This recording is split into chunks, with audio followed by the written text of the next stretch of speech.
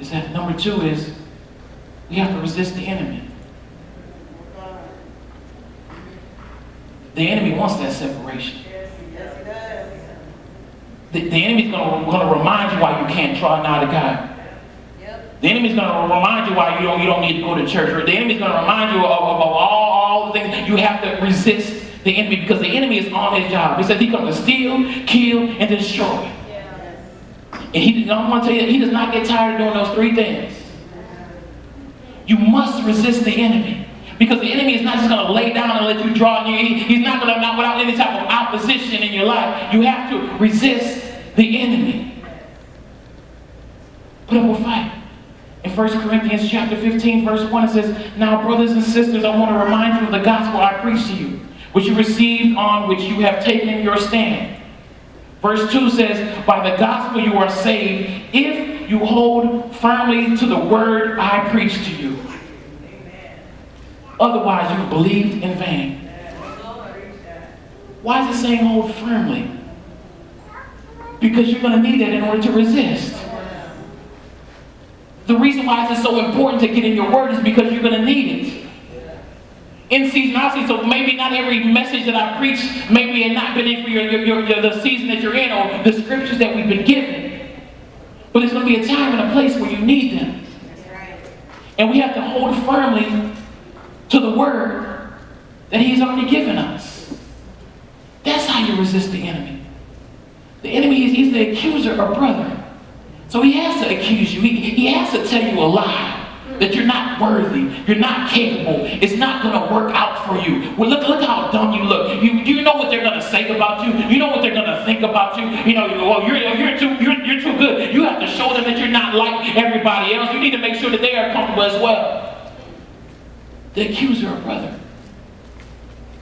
You have to understand that the reason why we have to equip ourselves is so that way we can resist the enemy.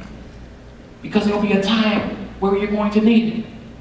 In Matthew chapter 4, verse 1, it says, "Then Jesus was led by the Spirit into the wilderness to be tempted." Stop right there. And then it says that when you think about him being led by the Spirit into the wilderness, not every test comes from Satan.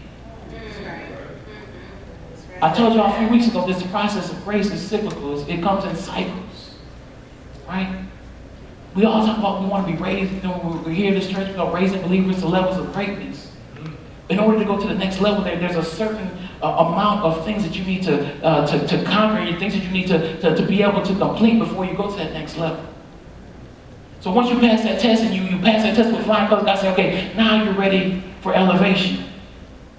And so again, now every time we like to blame, we give the devil so much credit. Not every test comes from him. Sometimes God wants to see if do you truly believe what you are saying that you believe. Verse 2 says, after fasting for 40 days and 40 nights, says he was hungry. The tempter came to him and said, and that's the thing, the enemy wants to steal, kill, and destroy. He waits until your defense mechanism is down. He looks for any opportunity, whether it's bickering with your spouse or arguing with your kids or conflict on your job. That's the opportunity. He waits for those moments right there. Where all I need is just a little separation to get my foot in, to go in so I can steal, kill, and destroy. This is why it's so important that we stay grounded and we hold firmly to the word. Why? Because there are going to be times in our life where we're hungry. There are going to be times where there's a gap or a breach because we all go through things in life. We're not, where none of us are perfect. So the tempter came to him and said, if you are the Son of God, tell these stones to become bread. Verse 4, Jesus answered, it is written. Man should not live on bread alone, but every word that comes out of the mouth of God. Verse 5 says, then the devil took him to the holy city and had him stand on the highest point of the temple. Verse 6 says, if you are the Son of God, he said, throw yourself down. For it is written, he will command his angels concerning you, and they will lift you up in their hands so that you will not strike your foot against a stone. Verse 7 says, Jesus answered him, it is also written, do not put the Lord your God to the test. Verse 8 says, again the devil took him to a very high mountain and showed him all the kingdoms of the world and their splendor. Verse 9 says, all this I will give you, he said, if you will bow down and worship me. Verse 10 says, Jesus said to him, away from me, Satan, for it is written, worship the Lord your God and serve him only. Verse 11 says, then the devil left him, and the angels came and attended to him. The reason why we have to cling on his word is because what blessed me is that his hunger didn't change. He said he was hungry, so he was still hungry. But the thing is, when the enemy comes, in order to resist the enemy, you have to be able to resist the enemy in the good times, but also in the bad times. When things aren't working out, you still have to be able to resist. It's easy to say that, I'm a Christian, I'm a believer, when things are going well, but when things are not going the way that you would like them to go. It says, for it is written. You have to get in the book. Because he's going to do everything by the book. We have to get in his word so we can understand his plan for our life. And so no matter where you are in your spiritual journey, right? So there's some who say, okay, well, I remember being young, okay, when I was young and reading the word, this before I was a pastor, before I was a true believer, and I said, okay, God, you have a word for me, and I would just flip the page open and point to y'all ain't never done that? Okay, all right. I say, okay, I went all in one, right? That was me. I was like, okay, God, you have a word for me. And it'd be like all the Levitical priests and all their names. I was like, look, what you trying to say? You're trying to show me that I can't pronounce none of these names, right? The purpose of being, that I say that is that you have to stay in His Word. It's imperative. So that way you can counteract what the enemy is coming at you with. And so whether you're a young believer, then the key is, okay, well, I don't know where to start, Pastor. Whether you find someone who is mature in the faith and say, where do you recommend I start? Or you find a devotional, you do devotional, but the key is you have to get word in you.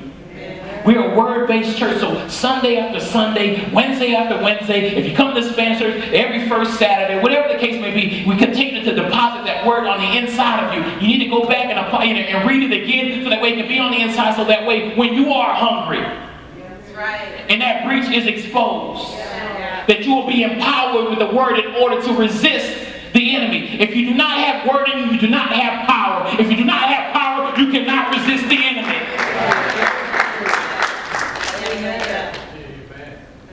The more I mature in faith, the more I realize that. The more I realize the importance of every day getting this word in me. Why? Because the word is just so important. Why John 1, verse 1 through 5 says, in the beginning the Word was the Word, and the Word was with God, and the Word was God. So He was God in the beginning. Through Him all things were made. Without Him nothing was made that has been made. Verse 4 says, in Him was life, and that life was the light of all mankind.